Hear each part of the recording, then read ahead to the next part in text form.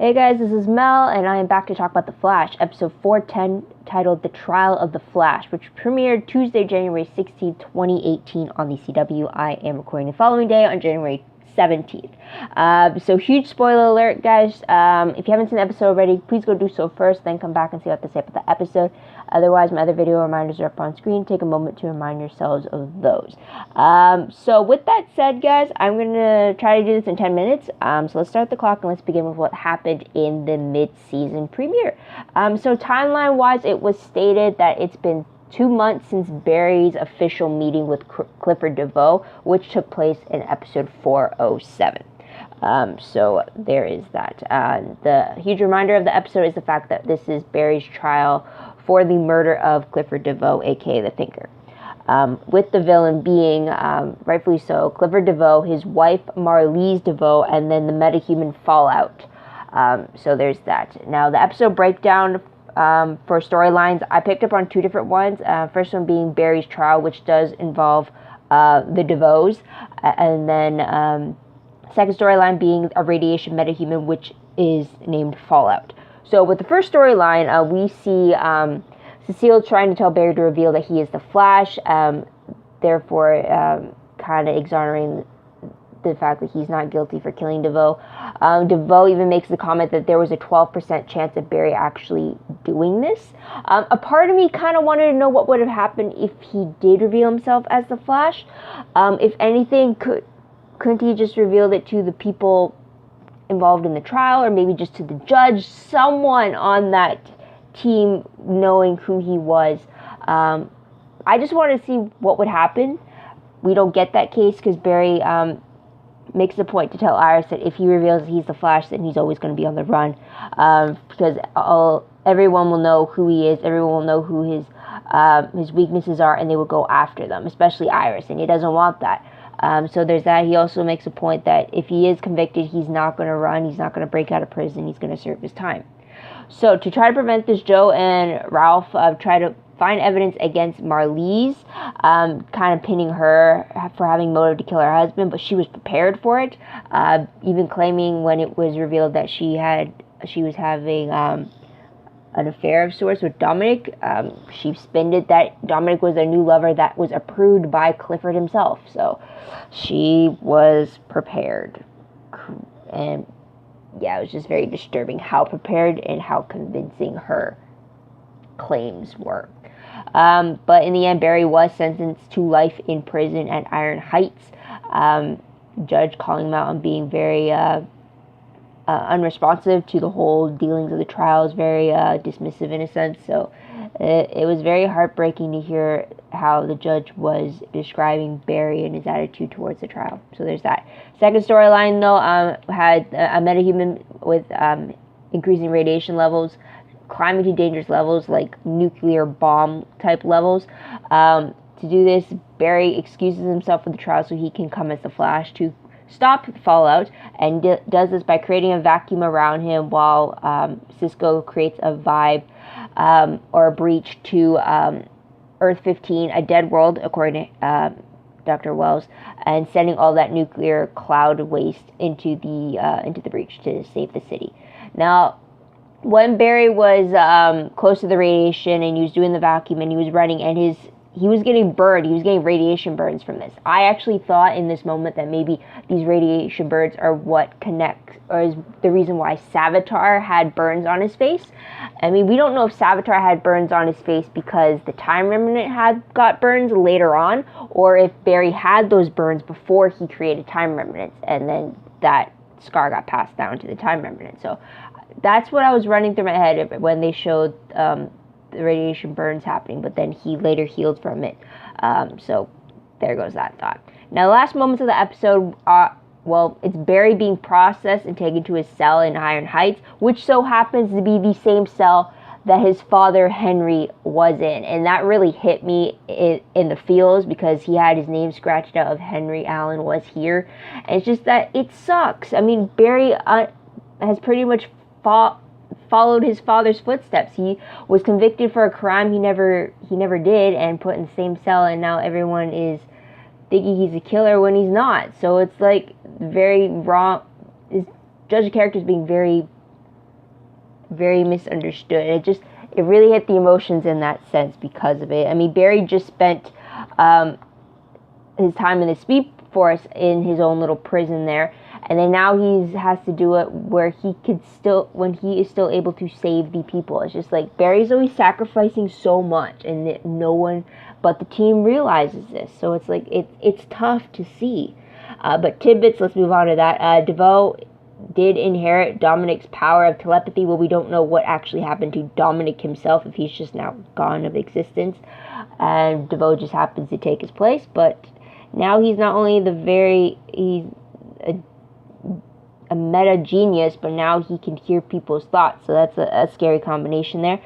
We also learn, or through Ralph, his journey after he was fired. So pretty much when Joe was thinking of planting evidence as the right thing to save Barry, Ralph pretty much plays it out to Joe how it's going to end up. He pretty much summarized what his downward spiral was like after he did the exact same thing, which cost him his job, which cost him to have everyone look very down on him, kind of like disowning him in a sense, because what he did was wrong. So it's just, I like that Ralph brought that up. I mean, it was only between him and Joe, but for us as the audience, we got to really see just what it took. I think it's spanned over 5 years, I think, what happened to Ralph. So there's that. So let's move on to the most shocking moment of the episode. I think it has to be the fact that Barry was sentenced to life in prison. For some reason, I didn't think he'd get a second sentencing like this, but it did surprise me that he wasn't going to stop it. He was just going to let things go as they may, and it was heartbreaking. I will say that. But moving on to top 3 favorite moments.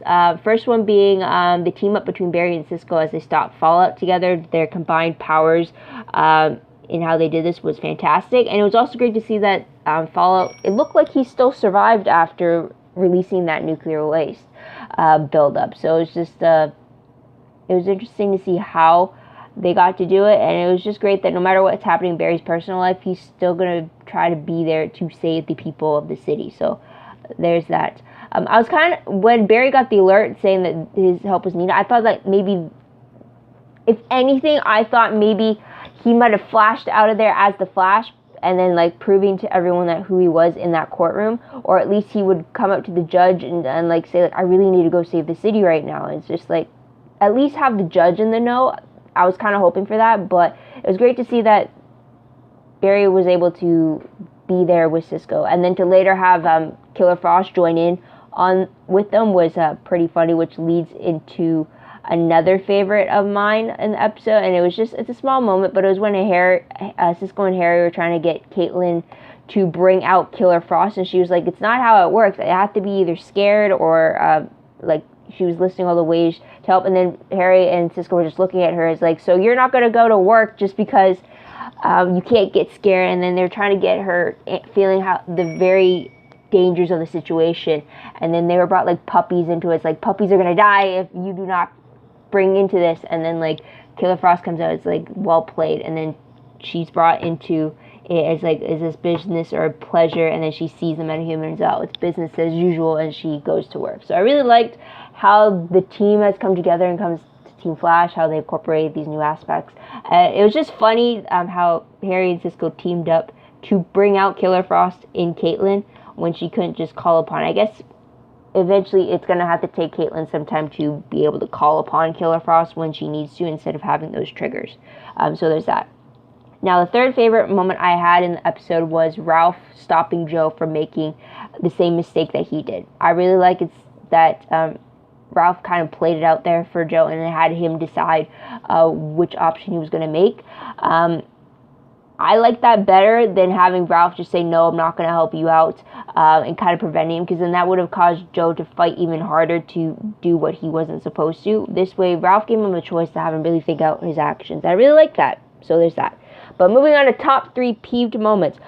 First one, it's kind of a love-hate moment for me, because in the one hand, it was both, it was 2 scenes happening at the exact same time. It was the one scene where Captain Singh was honoring the Flash with the Honor of Valor, or the Word of Valor, or whatever you want to call it, after saving the city. And then at the exact same time, the judge is sentencing Barry to a life in prison.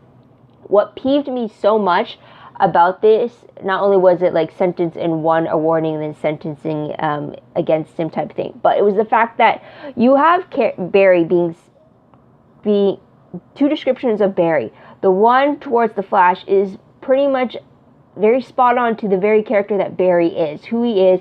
He wants to help people, he does everything, he sacrifices himself to save the people of the city for them, and he's being honored for that, and there's the timer. And yet on the other hand, you're getting a judge who is pretty much slandering the name that people are now going to associate with Barry for a crime he never committed, and pretty much painting this version of Barry that is essentially, when you think about it, describing DeVoe and who he is.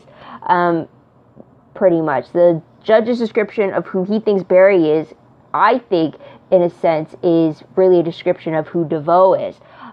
So it just really bugged me that we're getting two different descriptions, essentially one meant for Barry, which is not a description of Barry at all, and yet one meant for the Flash, which is solely describing who Barry is as a person. It just peeved me that we got those at the exact same moment with each other, interrupting each other, and yet you can't help but feel happy that Barry's getting this honor as the Flash, but then you're heartbroken to the fact that he's getting sentenced for something he never did, and like getting his character discredited and stuff. It was a peeve of mine. It's just, Barry's been through so much. I hated that he has to go through this. So there's that.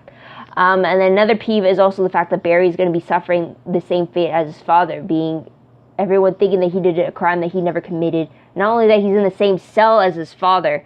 It's kind of like the harsh icing on that punishment cake. So it just sucks. Barry has not had a break. The only break he seems to have was that he was able to get married to Iris. And that was it. So I'll leave it at that. But what moment will I remember most when I look back on this episode? The trial, for sure. But let's move on to random questions. I know the timer went off, but I actually do have a lot of questions after this. First one being, which I guess you can call it as a peeve as well, but doesn't the government know that Barry is the Flash? I mean, if you remember back to last season with the Dominator invasion last year, that special department that knew about the alien life forms and other, like, I guess you can say the DEO of their version, but they knew that Barry was the Flash because they knew that Barry was the reason why the Dominators were coming to Earth. So it stands to question that would the government still know that Barry is the Flash, and yet why can't he have, like, I don't know, some, like, immunity of some sort for situations like these, because they know who he is and they know how much he's done for the city, and yet he's treated as if he's a common criminal, and it's just, or like his efforts are not recognized, and it sucks. So I'm wondering why that's not the case. You kind of do the same thing with the Arrow, with the Green Arrow back on Arrow, with the whole issue with it this season, but let's leave that question there. Second question, wouldn't it have been possible for Barry to just have told the judge the truth about him being the Flash before he was sentenced?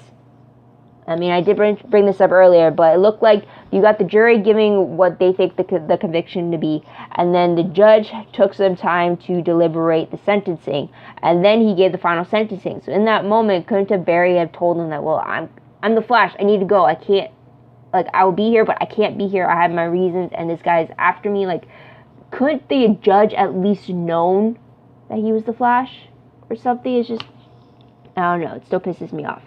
Another question, if Barry's going to prison, will Wally return? Because last we heard he's in Cambodia right now. So there's that.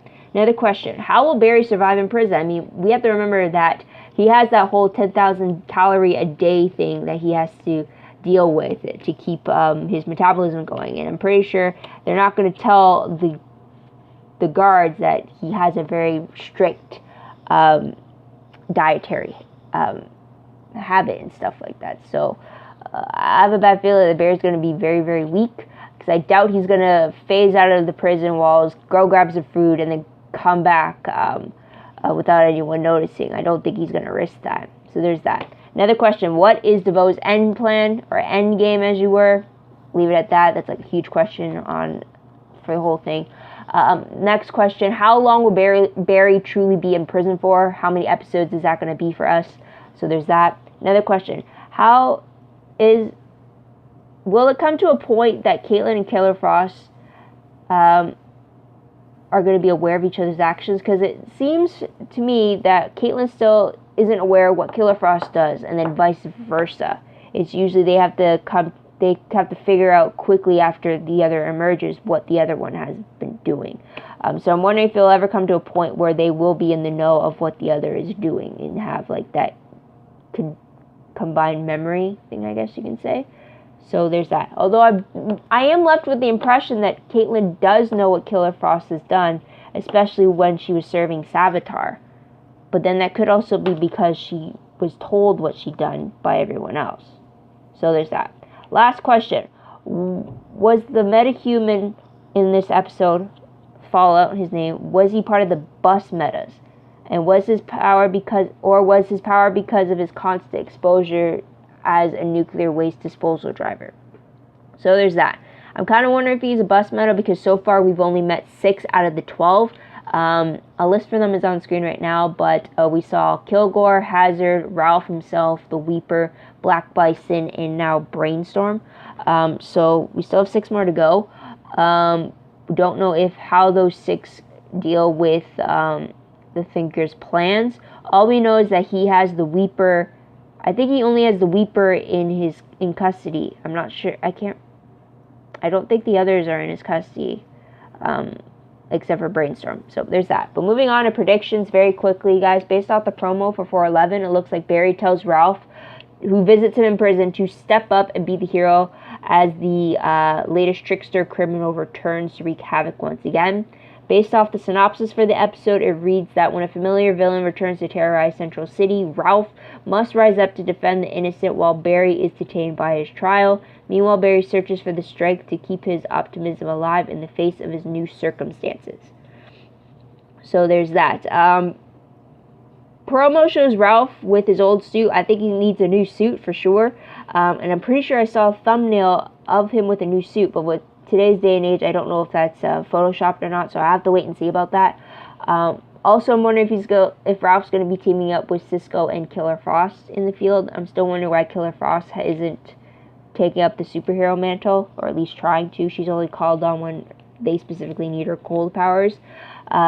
So there's that. But I guess we'll have to wait and see how Barry deals not only with being in prison, but how the rest of his family is dealing with it, how the Flash team is dealing with it. So there's that. Also, guys, huge reminder of a warning that I won't be covering all the episodes like I did last year. Only episodes that drop a plot bombshell or have quite a reaction from me, or if there's any special character appearances like crossover characters. But so I may do next week's episode, I may not, just depending on how it does for me. But with that said, guys, what did you think of the episode? What did you guys like about it? What do you think is going to happen next in 411 or in the season as a whole? Let me know in the comments down below. Love to hear your own thoughts, theories, and predictions about what you think is going to happen next. Also, don't forget to like this video, subscribe to my channel, and check out my other videos if you haven't done so already. If you want, check out my Tumblr page. The link for that is down below. I reblog promos, web clips, quotes, GIFs, synopses, news, all that good stuff, all found in one place, so go check that out. I'm a little behind on that, but I'm trying to get back into it again. But follow me there if you like. Otherwise, my WordPress account is also attached to that as well. Everything I post online is connected to my WordPress, so follow me there as well.